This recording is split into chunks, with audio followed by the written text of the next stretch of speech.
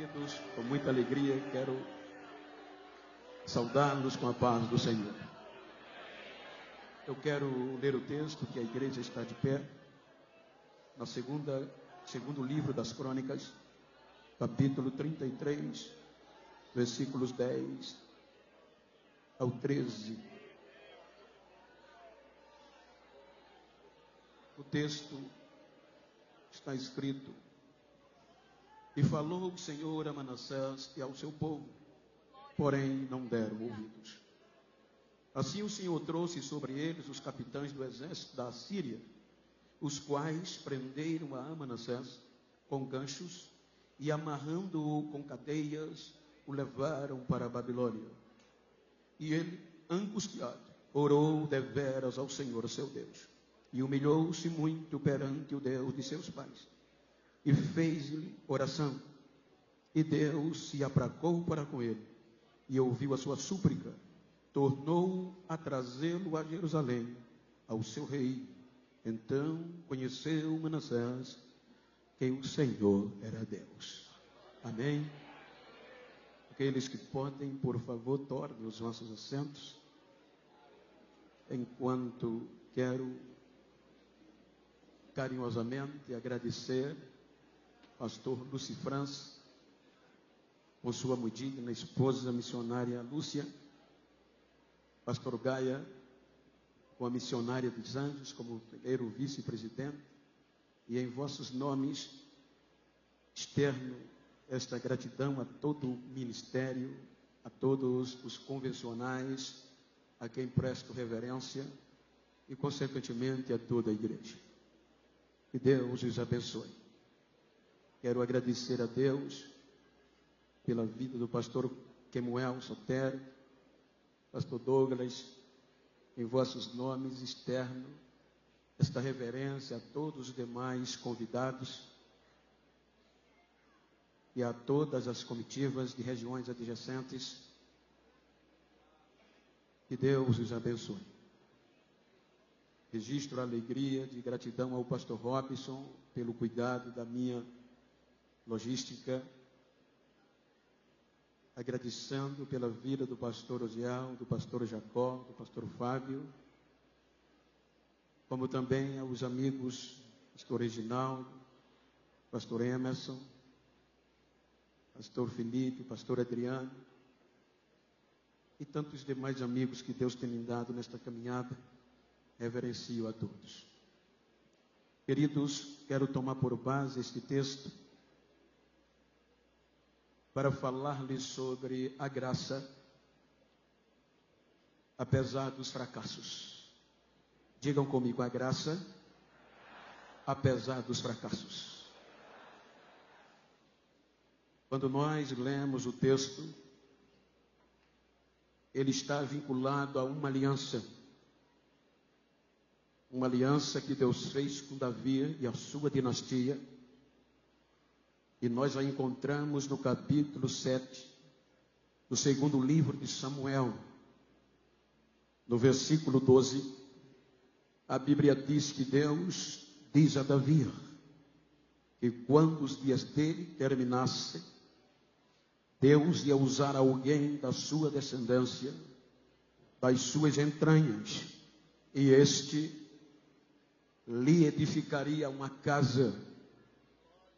Versículos a 16, do 13 a 16, os irmãos vão encontrar, de 2 Samuel, capítulo 7. E Deus diz a Davi: eu serei para ele como pai, e ele me será por filho. Se ele vier a transgredir, eu vou castigar com castigo de homens, mas não tirarei dele a minha benignidade, como a fiz com Saul, e o tirei diante de ti. Então Deus vai dizendo a Davi, no versículo 16, e com a tua descendência estabelecerei o teu reino para sempre, a tua casa para sempre.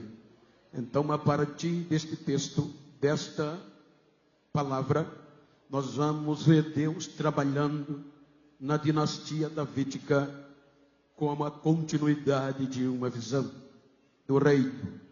Quando nós analisamos a entrada de Salomão, os irmãos percebam que mesmo começando bem, no percurso Salomão decepciona, como eu falei ontem, a ponto de Deus dizer que vai rasgar o seu reino e a dinastia, mas por amor à aliança e à promessa, ele não faz por amor a Davi, enquanto Salomão viver. Percebemos que a partir daqui nós vamos encontrar Roboão e a sua continuidade em altos e baixos, fracassos contínuos na dinastia davídica.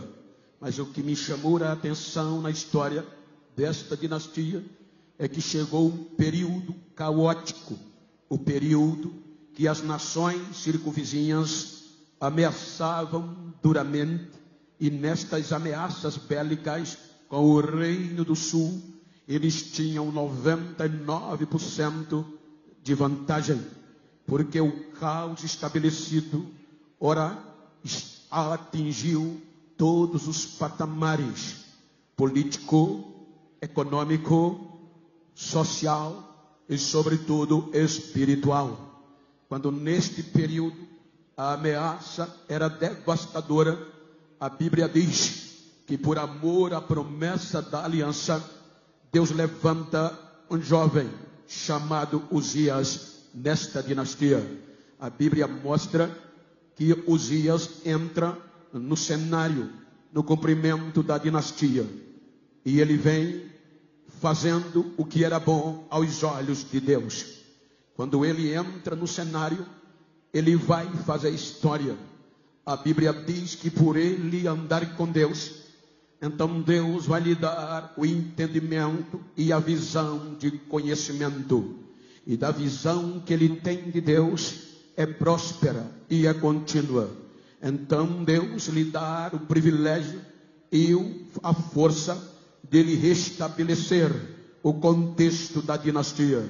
A Bíblia diz que o exército não tinha força, não tinha soldados, nem armas de ataque e nem armas de defesa.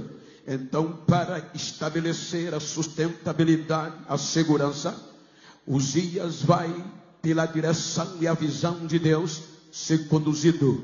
E na visão, ele vai ter o conhecimento da engenhosidade. A Bíblia mostra que ele investe na restauração bélica, reestruturando o exército, a ponto que em poucos tempos ele consegue estabelecer mais de 300 mil soldados para defender Judá. Como agora o poder bélico já está restabelecido e a ameaça está indo embora, porque agora tem defesa, então Deus abre-lhe o entendimento para fortalecer o exército. Então Uzias é o rei que pela sua mente são criadas as armas de ataque e de defesa. Ele cria as catapultas, ele cria escudos de forma inédita, e isso fortalecia o poder bélico de Judá. Quando ele resolve e consegue mandar embora as ameaças, porque agora tanto o Egito, Jordânia, Cisjordânia, a Síria, agora sabia como as fronteiras estavam protegidas e o reino de Judá tinha sustentação militar. Então pararam de ameaçar, e é aqui que já não há mais ameaça.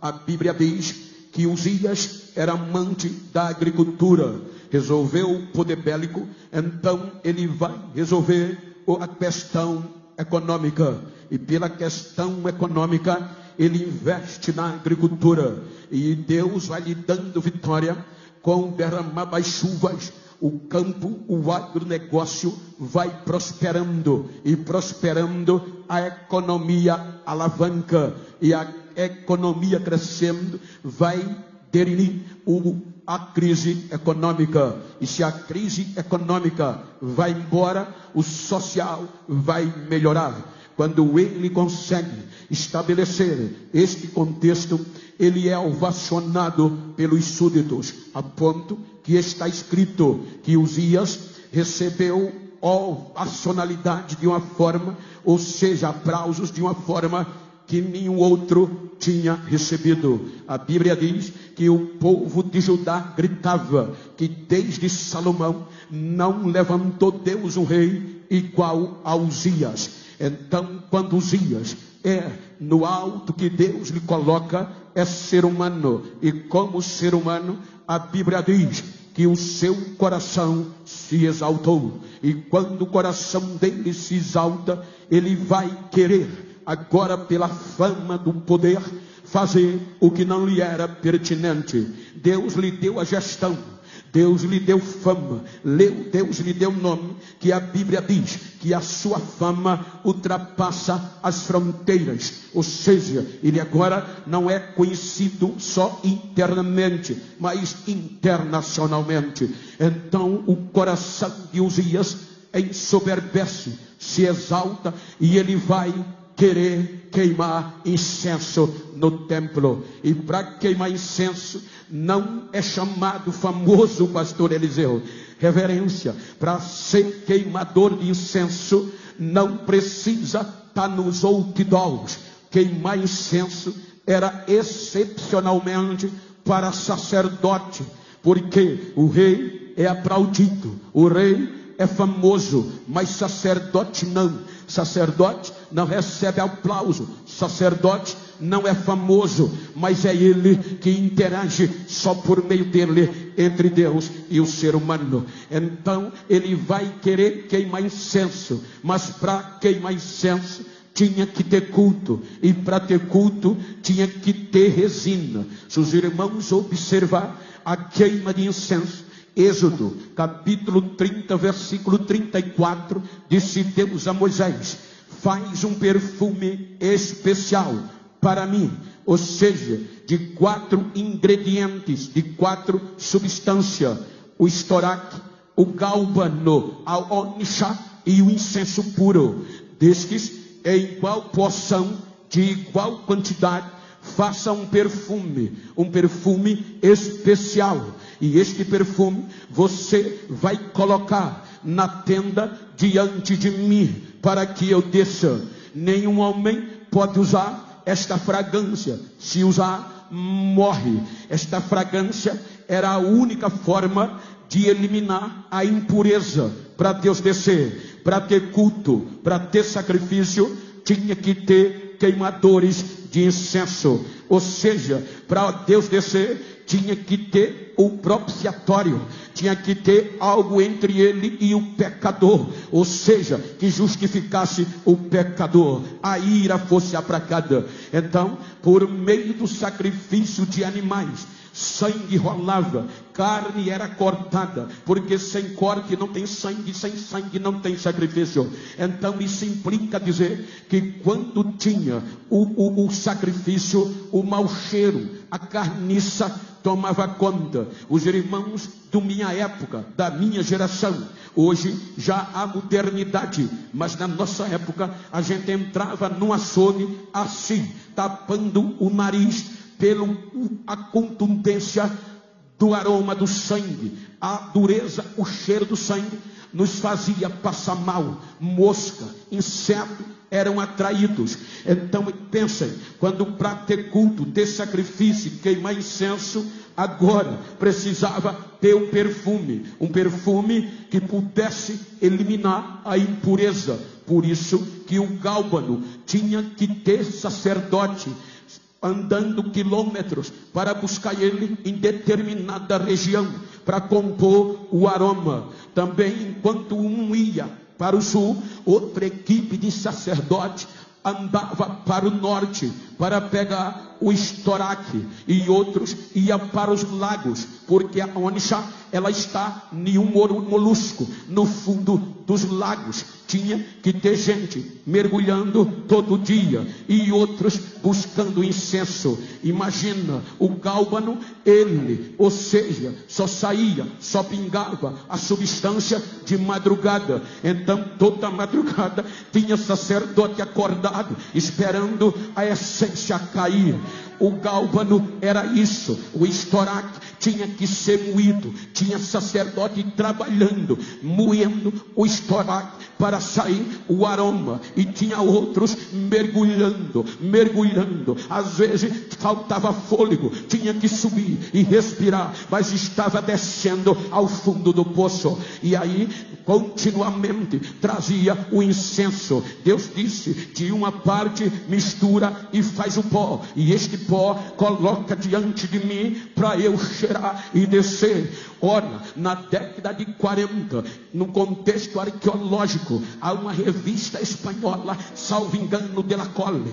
Esta revista mostra que na década de 40, um grupo de arqueólogos descobriram no complexo de Curã, lá nas cavernas de Curã, uma resina avermelhada, e quando eles vão experimentar, eles percebem que esta resina tinha similaridade com o incenso, com as 4 substâncias do Êxodo, porque quando eles pegaram uma área e queimaram aquela essência, o seu aroma vai exalando, que a 3 quilômetros de distância, aonde tinha inseto, aonde tinha mosca, morriam por conta do cheiro, da contundência deste perfume. Então, para ter culto, tinha que ter incenso, tinha gente orando, tinha gente ralando. E agora o rei Uzias, pela fama, pelo poder, quer entrar nos mistérios de Deus. Não é isto. O perigo da nova geração é boa demais, por isso que surge hoje, com um ano desaparece, porque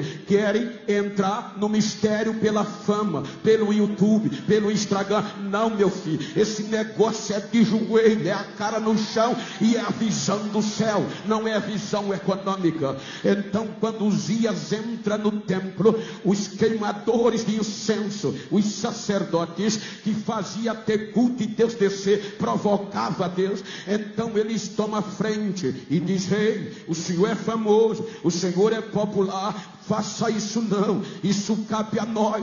Mas pelo poder ele não respeita, ele entra e não respeita. Quando ele investe, aí Deus desce e fere a testa dele com uma lepra, de forma sem aviso prévio. Ele sai dali e já não volta mais para o trono. Agora ele vai ser colocado em uma casa à parte, e agora ele vai passar por um período caótico, porque agora o seu filho, de forma imprevisível, de forma precoce, assume o reino, já que o pai está imundo, está leproso. A Bíblia diz que por amor à dinastia, Jotam, ele começa bem, tem porém esta adversidade, tem uma conjunção adversativa. Ele é bem, ele continua, porém ele não tira o pecado do povo, porque com a ausência de Uzias,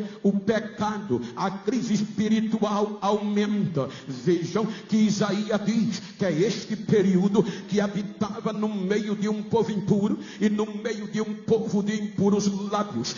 Veja que Isaías diz que a situação era tão catastrófica que Deus diz: Isaías, o boi e o jumento é mais sensível do que o meu povo, tem mais entendimento do que o meu povo. O boi conhece o seu dono, o jumento aonde come, mas o meu povo não me entende, o meu povo não me conhece. Deus diz que a situação espiritual, o povo está feito um corpo apodrecido e não quer ser sarado. Então Jotão não consegue, ele começa bem, mas não consegue tirar o pecado do povo. Aí Isaías diz: no ano ano que morreu o rei Uzias, eu vi o Senhor sentado em um alto e sublime trono. Isaías tem uma visão, e nesta visão Deus tem urgência. Isaías ouve um pedido urgente de uma voz: a quem enviarei? Quem há de entrar em Jerusalém por nós?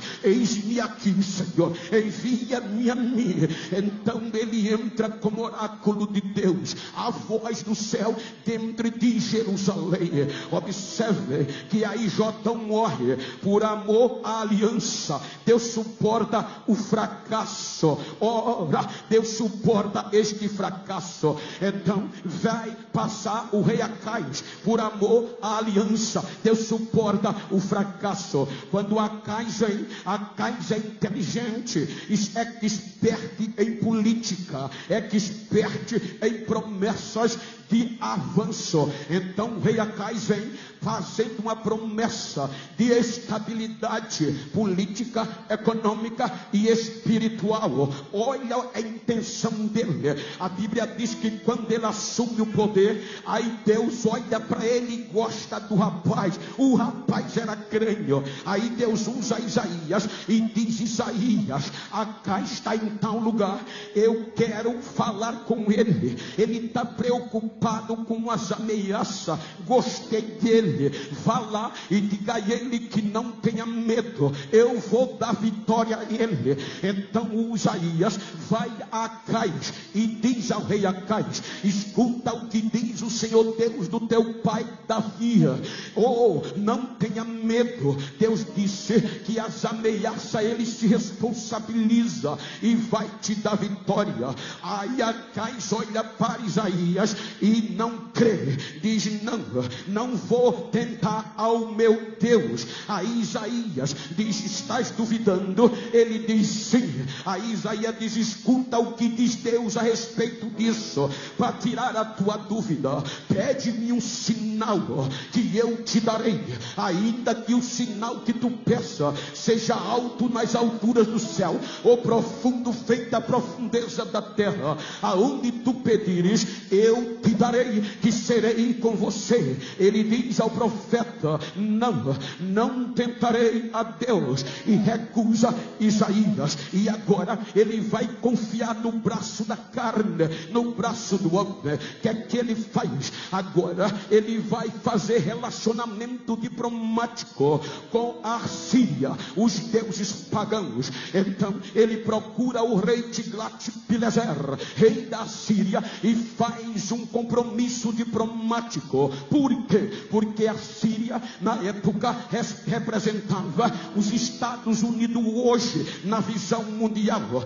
a maior potência, pastor, política, econômica, eram os assírios, temidos por todas as nações. Os assírios eram tão ferozes que quando qualquer nação os enfrentavam, eles matavam, eles colocavam os seus deuses no fogo, quebrando e os desprezando. Os que se rendiam, eles pegavam um pedaço de arame, envergava como anzol e colocava no nariz, para quando aquelas pessoas serem vistas, todos sabiam que eram escravos dos assírios. Quem não se entregava, eles matavam, tirando o couro da pessoa viva, massacrando e denegrindo a sua honra. E assim agora o rei Acais, para restabelecer o contexto econômico, ele faz relacionamento internacional cujo Deus não permitia. Ele faz relacionamento com os assírios,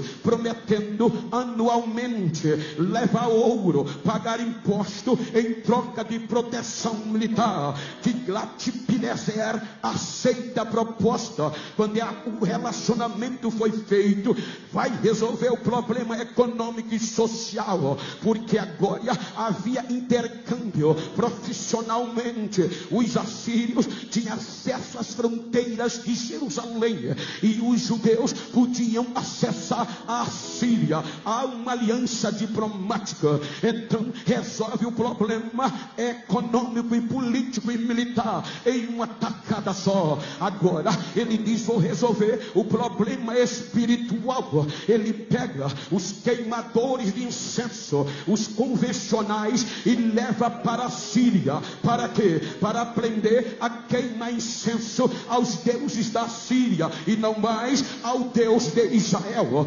Então ele, pela autoridade, ele leva os queimadores de incenso, passa um período praticando na Síria. Quando voltam para Jerusalém, não vão queimar, não vai ter mais culto. É aqui que a Bíblia diz que ele fecha a porta do templo, ele abafa tudo que dizia Deus dos seus pais. Agora, nos altares, nos montes de Jerusalém, ele vai edificar altares aos deuses da Síria. Agora, aqueles homens que continuamente queimavam incenso por sorteio, que buscavam incenso, não precisa buscar mais, porque não vai ter mais culto, não vai ter mais adoração ao Deus dos nossos pais. Agora é os deuses da Síria que vão ser adorados. Então ele vai oferecer sacrifício aos deuses da Síria, como todo o povo. A Bíblia diz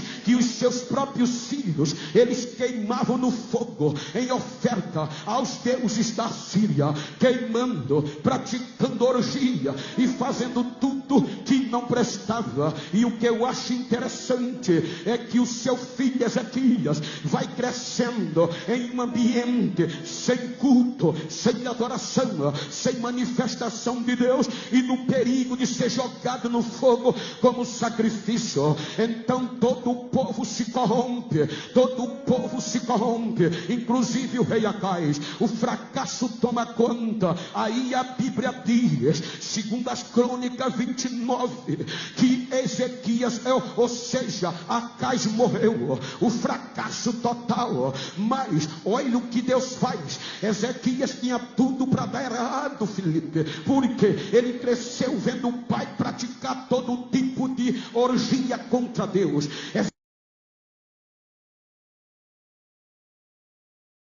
Proferida, Ezequias cresceu vendo todo Judá adorando os deuses da Síria. Aí o pai morre no fracasso e ele assume. Quando ele assume, diz a Bíblia, capítulo 29, tudo para dar errado, de segundo as Crônicas, primeiro ano, no primeiro mês do seu reinado, ele não entra como pai, ele entra diferente. Ele faz uma reunião.